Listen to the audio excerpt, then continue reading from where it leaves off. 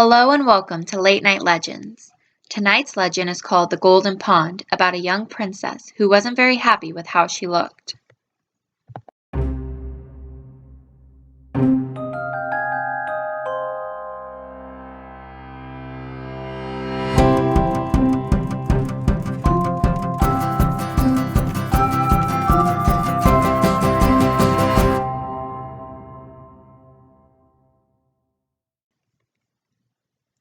There was once a princess who loved pudding very much but hated everything else. She hated the way her parents constantly doted on her. She hated all the attention that came with being a princess. And above all, she hated the way she looked. She hated the ugly color of her hair and the way it crinkled up like pruny fingers. And she hated the muddy color of her eyes and the way they popped out like nosy bugs. She hated the size of her nose and the way it sprouted up and out like a spotted mushroom. She even hated her ears and the way they clung to her head like clingy seashells. Her parents often told her how beautiful she was, but she just wouldn't listen. She took down all the mirrors in her chamber because she couldn't bear to look at herself, and she often got into the court artist's paints and tried to give herself a makeover. But no matter how much she painted over herself, she still wasn't happy. One day, while she was finishing up a big bowl of pudding, she looked to the window and saw that the rain had stopped. Oh, yes, she thought, I can finally go outside and play. She hurried outside without telling anyone and ran toward the garden. Now that the rain had cleared, it was the most beautiful day. The sky seemed gold and white, and she thought the trees and the grass had never looked so green. There was something else green hopping through the garden. It was a frog. The girl chased after it, hoping to catch it and keep it as a pet. It was a very lovely-looking frog with smooth skin and a gold stripe down his back. Soon she came to a small pond with lily pads floating over the surface. And the surface of the pond seemed to be gold, as if the pond was filled with liquid gold instead of water. How strange, she thought. She'd never seen this pond before. But where was the frog? The princess looked all around, but there was no sign of him. But it didn't matter, as she was much more interested in the pond now anyway. She took a few steps closer and then peered into the pond to see if she could see past the surface. Then she jumped back with a shout. There was a girl in the pond. She had to help her. The princess reached down into the pond and realized the girl must be deeper than she had originally thought. She'd have to jump in. So the princess took a deep breath, pinched her nose, and jumped into the pond to save the drowning girl. But the princess couldn't find the girl anywhere in the water. Oh no, she thought. She'd have to run for help. The princess hurried out of the pond and ran all the way back to the castle. Guards, guards, she called. I need help. There's a girl drowning in the pond. The guards turned to look at her. They didn't seem interested. This made the princess angry. Aren't you going to help me? The guards didn't answer her. I demand you to help me. The guards looked to the girl again and then burst out laughing. You demand us? And who are you to demand us? The princess's mouth fell open. Well, I'm the princess, she exclaimed.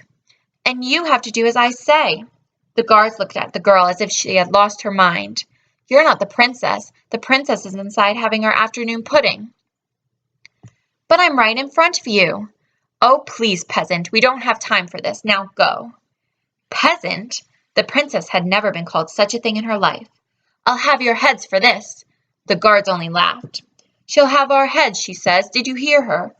The princess stormed off and tried to get into the castle another way, but every time she was turned away and told that she was not the princess. Was this some kind of cruel joke? She just didn't understand what was happening, and she didn't think it funny. She stood outside of the castle and called for her mother and father, but instead of attracting the attention of her parents, she attracted the attention of the guards. Two large guards hurried over to her, picked her up off of the ground, and carried her far away from the castle. Unhand me, the princess cried. Let me go this instant. But they continued to carry her all the way to the village and dropped her down in a puddle of mud. The princess was in tears. Don't come back and disturb the king and queen again, the guard said. Just then the princess caught her reflection in the guard's shiny armor and she gasped. It was the same girl she had tried to save in the pond. There hadn't been a girl in the pond at all. The girl she had seen was her own reflection, and somehow her appearance had entirely changed. The guards turned away and started back for the castle. Wait, the princess cried after them. There's been a terrible mistake. But again they didn't listen, and they left her there in the village with the peasants. The commotion had attracted a lot of attention, and all the peasants were looking at her. They soon lost interest too, and she was truly left alone in the mud, not sure what to do or where to go. "Would you move out of the way? You're in the road," one peasant said from atop their wagon. "Oh, sorry," the girl said. She moved to the side of the road and watched the wagon roll by. What was she going to do now? She couldn't go back to the castle. No one would ever recognize her. What if she could never go back to the castle again? The girl didn't want to think about that. It was growing dark, and everyone was going into their cottages. She knocked on a cottage door, but no one answered. She knocked on another, and the man inside told her to go away. Whatever would she do? That's when she saw a small barn in the distance filled with yellow hay. The cottage it belonged to was dark, without any candles or firelight flickering in the windows. Maybe that meant the family who lived there was sound asleep, so they wouldn't mind if she spent the night in the barn. Oh, a princess sleeping in a barn, how awful! But the girl was glad to have shelter over her head and a warm place to sleep. She lay down on the hay and closed her eyes, hoping that today was only just a bad dream and she'd wake up and be herself again. Soon the morning light shone through the window so that she could feel the warmth of it on her cold skin. How uncomfortable this hay was! That's when she remembered where she was and who she was and why she was there. The girl covered her face. She just wanted to go home. Suddenly, someone tapped her shoulder. It was an old woman. She held a wooden bowl in her hand. "Who are you?" the girl asked. "I should be asking who are you," the woman said. "You're sleeping in my barn after all." "Oh, I'm sorry, I didn't realize," the princess said. "What's that in your hands?" It looked an awful lot like pudding. "Porridge," the woman said. "I thought you might be hungry." "How kind," the girl said. She took the bowl from the woman. She hadn't realized how hungry she was. She took a few bites and then made a terrible face. "This isn't pudding." The woman scoffed at that. "Ha! Pudding? That's porridge." Porridge? The girl had never heard of such a thing. She thought it a bland and boring alternative to pudding. The old woman wanted to know who she was and where she came from, but the girl couldn't possibly tell her she was the princess. She would never believe her. So instead she said that she had been separated from her family, and now she had nowhere to go. "Well, you can stay here then, in the barn, I mean, so long as you do some cleaning for me and tend after the animals." The princess had never cleaned or tended after any animals in her life, but she couldn't refuse, or then she'd really have nowhere to go. So she thanked the old woman over and over and decided that cleaning and caring for animals was a fair trade for a roof over her head. A whole week went by, and it was the first time the princess had ever worked. She found it difficult at first, but the chores slowly became easier. She'd have to get used to it if this was going to be her life now. She swept the woman's house, dusted, mopped, and wiped. She fed, brushed, shaved, plucked, and milked the animals. She even learned to appreciate porridge, as unbearable as it seemed at first. One day she thought she might be able to change back to her old self if only she could get back to that golden pond. But how would she ever get past the guards? She was laying in the field, watching after the animals and trying to think up a plan to get back to the castle, when all of a sudden she heard something in the distance. There were two big carts rolling down the road toward the castle gates, and that's when the girl remembered. The carts regularly delivered supplies to the king and queen. That's what the girl could do. She could sneak onto one of the carts and ride right past the castle gates. So the next time the delivery carts went by, the princess laid in wait. She had dragged a big log into the middle of the road, and the carts came to a halting stop. "What's that in the road?" one of the drivers called. "A tree must have fallen," said the other driver, and together they went to clear the path. While they were distracted, the girl climbed up into the back of the cart and hid herself under a blanket. She was delighted to find that these carts were full of pudding.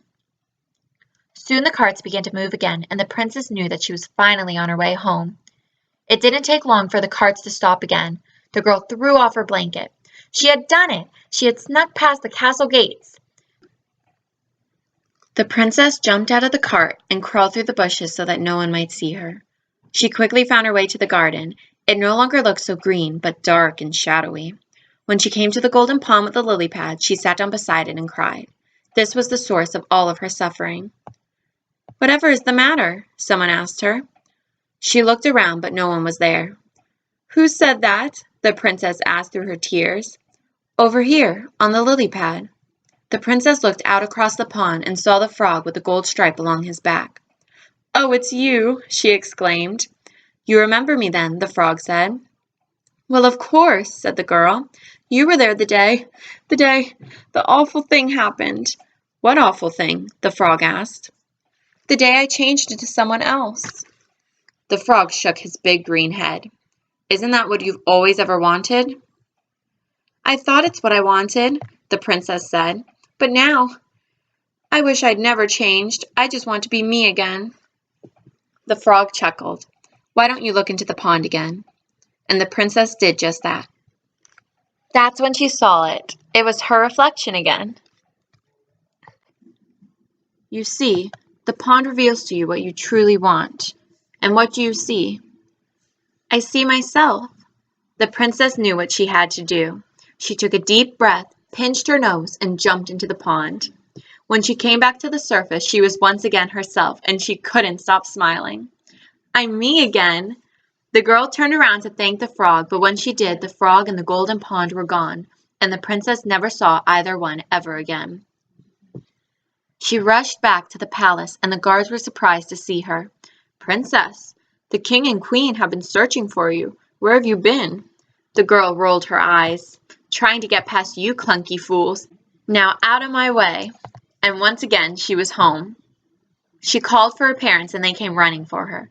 The whole family hugged each other, and the princess explained to them the whole story, as unbelievable as it sounded.